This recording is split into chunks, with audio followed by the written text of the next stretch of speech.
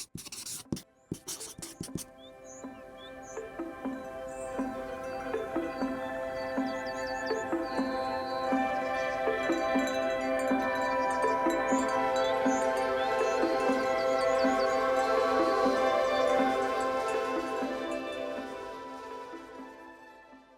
it's Jen from Shabby Fabrics with a really fun project for you today. This is called the Fold and Stitch Leaf Topper. It's great for a table. Right in the middle, you can put a beautiful candle motif, maybe a vase of flowers. Really, really fun, pretty and easy. I can't wait to show you how to make this. Now, this might look familiar to you. Oh, by the way, this is from Kristine Poor of Poorhouse Designs. And the reason it might look familiar to you is she has also allowed us to show you how to make the fold and stitch wreath, which is something we previously filmed. And she's also done the fold and stitch bloom, which is another video that'll be coming out very soon. And depending on when you're watching this one, might already be out. So this is the fold and stitch leaf. And like the others, Kristine got connected with Bozel, and she had these leaf shapes pre-cut. This is just makes this so easy and quick to do this in just a couple hours. One side has a fusible component, one side's just nice and smooth. So we're going to dive into this. I will cover the main construction elements of this pattern. Please note that there's a couple measurements I'm going to leave out of the video on purpose. That is to protect Kristine's integrity of her copyrighted pattern and at her request. So thank you again to Kristine for allowing me to even show you as much as I'll be showing you today. Easily done by even a beginner maker. So I love that as well. And great for gift giving. Maybe a person you know maybe just moved, maybe their first home, and how nice they could have a handmade gift from you. So I love that it does not take a lot of fabric. Specifically, she mentions here on the back of that her fabric requirements, and I love the idea of getting to use 8 different fabrics for an applique component we'll go into in just a little bit. There's one thing I want to talk to you about, and that's kind of the anatomy of how she refers to certain parts of her tabletop right here. This part that is around the edge is considered the top. So when you're referring to the pattern, she talks about the top. That's this green portion here. Now this kind of bloom part at the top is actually starts from in the very back, and that's why she refers to this as the back. That confused me for just a bit because I was staring at this, and when they talk about this as the back, I'm like, how can that be the back when it's up on the top, on the surface? And again, that's just because it's originating from the back, and when we sew our petals together, it kind of comes to the surface. And so front, back, and of course this is our applique. Inside Kristine's pattern, she has some shapes. You'll want to make sure you have some fusible webbing on hand. We have the Heat and Bond Light. One package is certainly all that you'll need. Actually, it's on the inside of the pattern cover there. Notice she's got 2 template shapes.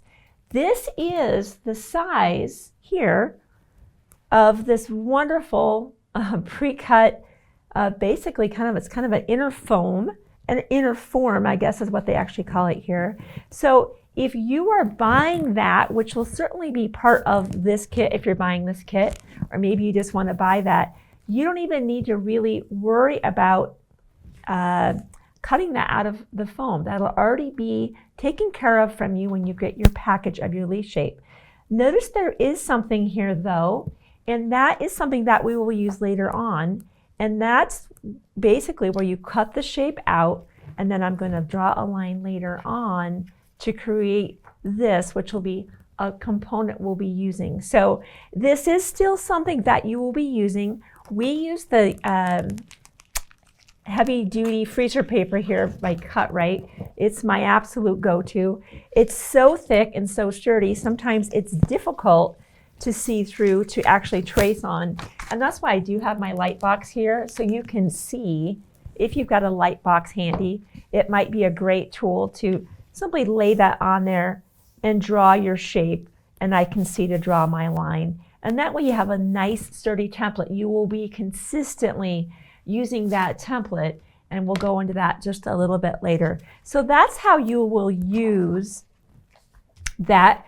You could use a cereal box, whatever you've got there at home. If you don't want to dive into buying the freezer paper, that's fine.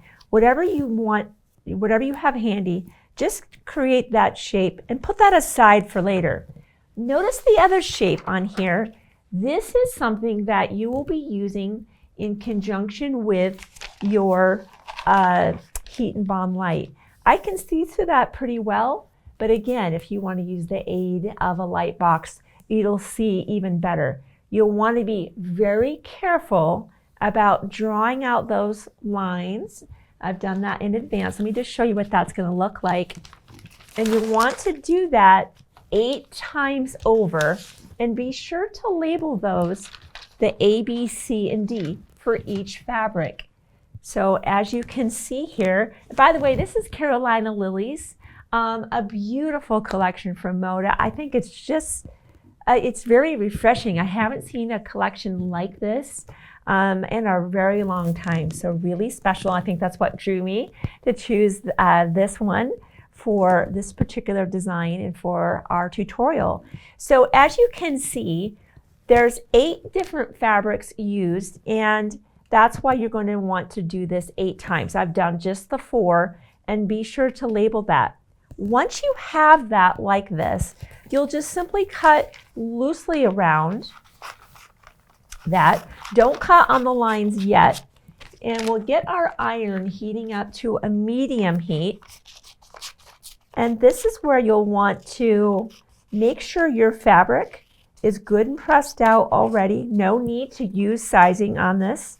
Sometimes I recommend sizing. This is not one of those times. No need to do that. Let's just put that aside. And this is where we will get our fabric, and we simply turn that where you're ironing this, of course, to the back side, and let that cool. You're going to do that for all 8 of your applique fabrics. All of that's the same. So by the way, you see me using a friction pen on set all the time. Be sure when you do trace around your leaf shape and you write your letters, you're not using a friction pen, otherwise that'll all be gone. I have done that before and felt pretty silly at the end of that whole thing. Once that's cooled out, you're going to cut exactly on the lines. Here's a pointer. You want to be very specific about cutting this out as clean as possible, because that's what you're going to see here. In essence, you're going to cut out all of these shapes out of everything and then kind of shuffle the deck. So that's why you're going to want to use a really good sharp pair of scissors to get as clean of a cut as you can. And that, of course, is going to start off with really good tracing. So go ahead and cut all the way around this shape. But when it comes to this, I'm going to grab for my rotary cutter. I want those cuts to be as clean as possible, right? So that's going to help us be, when we kind of put this back together, because these 4 aren't ever going to know each other again, right? They're going to be mixed around with the other ones, and that's why each of these needs to be cut as precisely as possible. So when you have the opportunity to use a rotary cutter and a straight edge like this, by all means take it. And of course now you could even do this part separately if you want. We're going to have a nice clean edge, and you continue on and continue on like that. So I've done one ahead of time, and this is what it's going to look like, right? This is now shuffled. I cut out all of those and all of that and all of this, and now we shuffle that to find the combination that we like. Now you can see how important that is, that each is cut precisely, because this is how they will be put back together. But let's put that aside for now, because we have to have something to applique to. So we'll put those over here, and let's jump into both our top fabric and our back fabric to create the base that we will go ahead and applique our elements to. So we have this lovely bosal inner form that we're going to be using, and we'll have our, let me get organized just a touch. We will have our fabric that is going to be, again, that's on our back. So this is our stick, our kind of our heavier fusible side, I should say. We'll get this good and pressed out. You don't need to be afraid to use steam with this product. You're just going to want to set that on there. And you know what, I'm going to use this just to be on the safe side. Just to be on the safe side. I think they do mention to protect that. There is no fusible on the side, but I think it's always just to be on the safe side. If there's any kind of glue oozing out, I still don't think I would make contact with it. But let's flip that over now. I don't need to use that again. This is probably optional on that. Certain products, I feel like, definitely protect that. If there's any chance you could get glue on your iron, I don't see that being a threat here. Once that's done, go ahead and set that aside and let that cool. So that's the back of this, right? Now this portion, this is a key thing that is mentioned in the pattern, is something I will just touch on, and is something that is very important. And that is, I want to show you this fabric. It has a slit in it, okay? Our instruction in your pattern is going to have you cut your rectangles to the size as mentioned in the pattern, and then fold this with the fold toward you and the raw edges at the top. And the pattern will specifically mention measuring over and up a certain distance and then cutting the slit. This is very important that you adhere to that element of the pattern.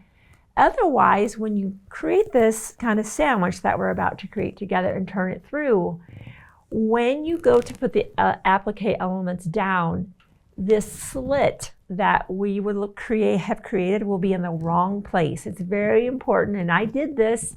I thought, well, I'm just going to cut the slit wherever I want when I was initially making this, and I definitely have the slit showing off to the side here, and it ruined that petal. So this is an important element that, again, I am intentionally being a little vague about as requested by Kristine, and that's part of her intellectual property of writing such a great pattern. Once you have that slit cut in there, you'll want to have it, and it's biased obviously off and to the right slightly. Now we will place these right side together. I have a zipper foot in my machine with my needle full left, with the idea being that I'm going to now stitch as close as I can without stitching on my leaf all the way around, and I have a shortened stitch length of about a 2.0 in there. We are going to go ahead and go to the machine, and we will get started sewing our two halves together.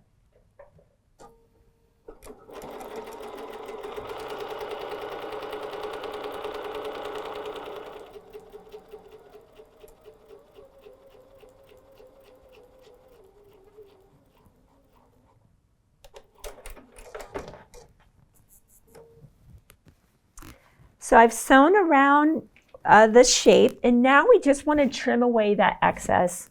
Maybe a little bit less than a 1/4 inch seam out here. Either trim with your rotary cutter, scissors, as you prefer. Let's quickly do that. And that at the point up here, you might clip in just a little bit extra, just to relieve some of that pressure there. Okay. And now we'll turn this through, and we'll turn it through that opening. I can already see I'm going to be looking for my point turner. let's see, what's the simplest way? Maybe start with those curves up there. We'll push those through that slot.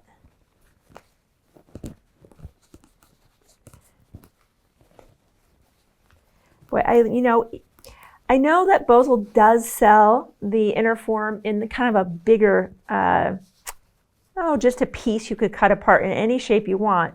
But it's sure convenient to use these pre-cut shapes, which I appreciate them having them already done. Now, as I said, I'm trying to push this out. That's the clover point turner. They have the nice curve and the point. We'll use both features of this tool. Pressing that out on both of those up there, and then down, of course, in the bottom. If the inner form comes apart, you kind of hear it separate a little bit. Don't worry about that. You can bring it right over to your pressing mat and just kind of repress everything, re-adhere everything. And I press it from both sides. So this will be our base now that we get to applique on. So we had our shapes, we cut those out, and on the lines that were straight, we were very precise about using our rotary cutter, so we have a nice clean edge. And we shuffle the shapes to find the combinations of the 4 elements per petal that we like. So I just grabbed these. I thought they were pretty. Now that's the back. I almost ironed that. Remember, that's the back. The slit's going to be up top. You can see now why that's very important to position that as noted in our pattern so that it'll be fully covered and not protruding out into the elements that we will see. So simply build your applique picture here.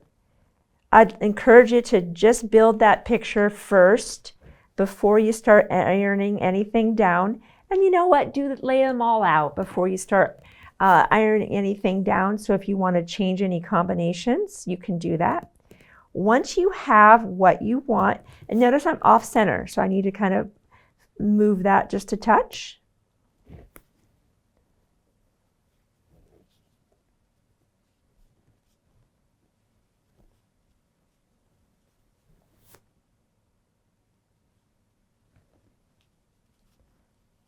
You really don't want to see any of that green poking through if you can avoid it. Once you feel you've got what you want, I should have built that on my applique pressing mat. Now you're just going to go straight down, iron everything at the same time, just all at the same time. And I would not use the steam with the fusible webbing. I don't think that's going to have a good result. Now you will load your machine. This will be the thread that you will see. So we just chose a nice green here. This is a silky. I'm sure we'll put the color in there. I can't quite see what that color is. Whatever if you're going to be using this one, our kit, obviously a green is ideal for the top and the bobbin, but go ahead and load that up and maybe practice on some scrap fabric to make sure you've got the stitch width and length that you like, or maybe do a different stitch altogether, maybe a decorative stitch. So I think what I'll do is they did have some guidance in the pattern. My desire was to first kind of secure my applique. That was my thought versus kind of going around the perimeter. So however you think you want to approach that, I'm just going to go stitch. I'm going to start down that very middle lane. And I'm looking at the very center of I have a 20D in my BERNINA. I'm on a 770. And I'm just kind of looking right down that middle lane. And my goal is to just hop back and forth on that.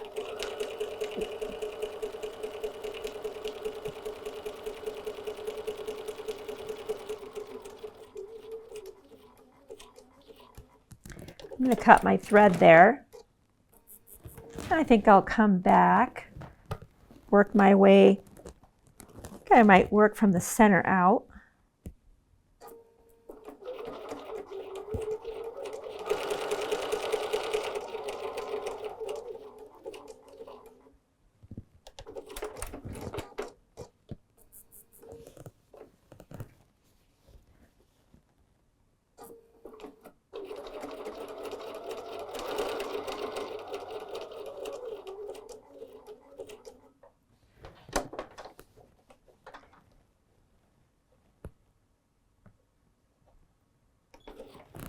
Now, once I'm here, I'm just going to go around the perimeter.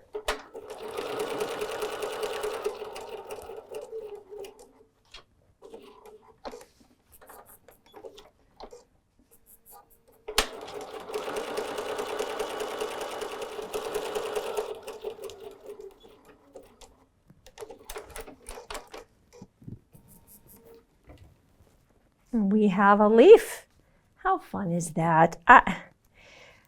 You know, when I got to make this the first time and discover how fast, easy, fun, I love using lots of different fabrics. I love the applique component to it. I was like, I can't wait to make more and more collections and see what they look like. How fun is that? So that's one leaf, and you'll just continue doing that. And then we have just two leaves here, right? This is where that template comes into play. So if we place that on here, this is where you can use a temporary marking tool such as a friction pen. And we're just drawing. Looks like I've got a thread there. And I would just do them all at the same time.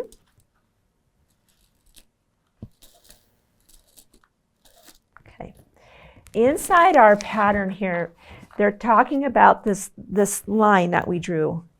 Then it's the kind of the joining up. Let's see if they talk about that or they show that in the.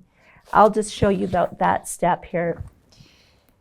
So once you have your petals all laid out, in fact, this is where we are right now in the construction of this one, and we're going to finish this one together. So you can see here that. See how that line's drawn? I might draw that a little stronger for you so that you can absolutely see it. It's a little faint. Let me just draw that again for you because I want to show you how.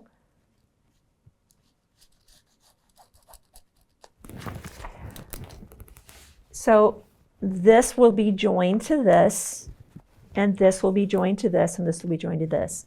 So you can see that this goes like this, right? And this goes like this. So at this point, knowing that these will be joined like that, the easiest way to do this with these up is, and all of them are together, is to simply go back to back like this, just like that.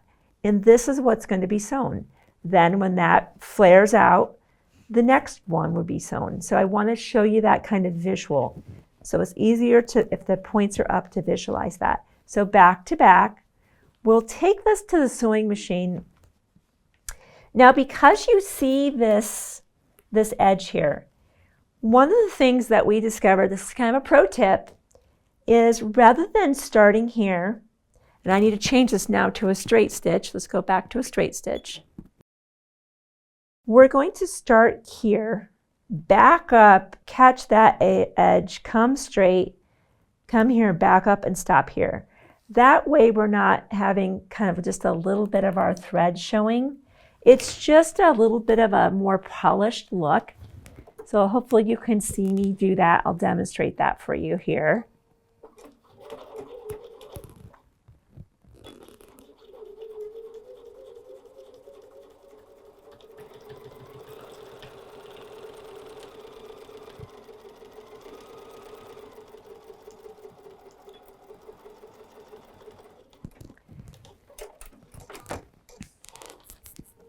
That keeps, as you can see here up close with this camera, that keeps that, just that little thread that's kind of poking out away from these two edges that are very easily seen. Now I'm going to trim that away, just like that. Okay, so again, as I incorporate that, I think this is best to do in pairs like that. Versus you make two and then you add one more and you add one more and you add on. I think it's easier to manage that way. So here with this one, now that we want to join them up, I'm going to turn this around. And again, I'm going to repeat that process.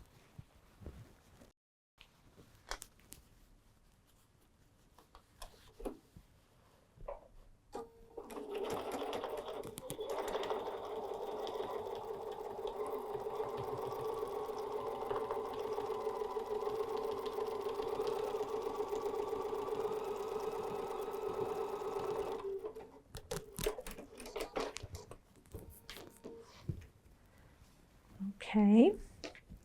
So you can see it was a little challenging for me to visualize the drawing the line and joining the halves, but once you get in the flow of that, it's very intuitive.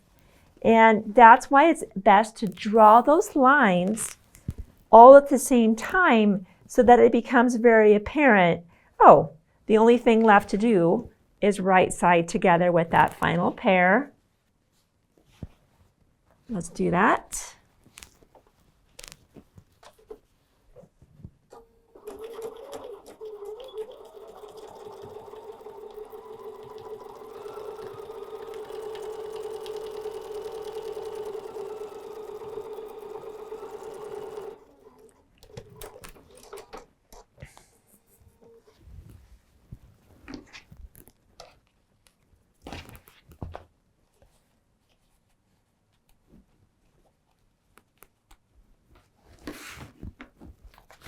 Okay, and let's see what we've got here. So when you initially sew it, these are closed. This is just where you go to your pressing mat and just give it a good press.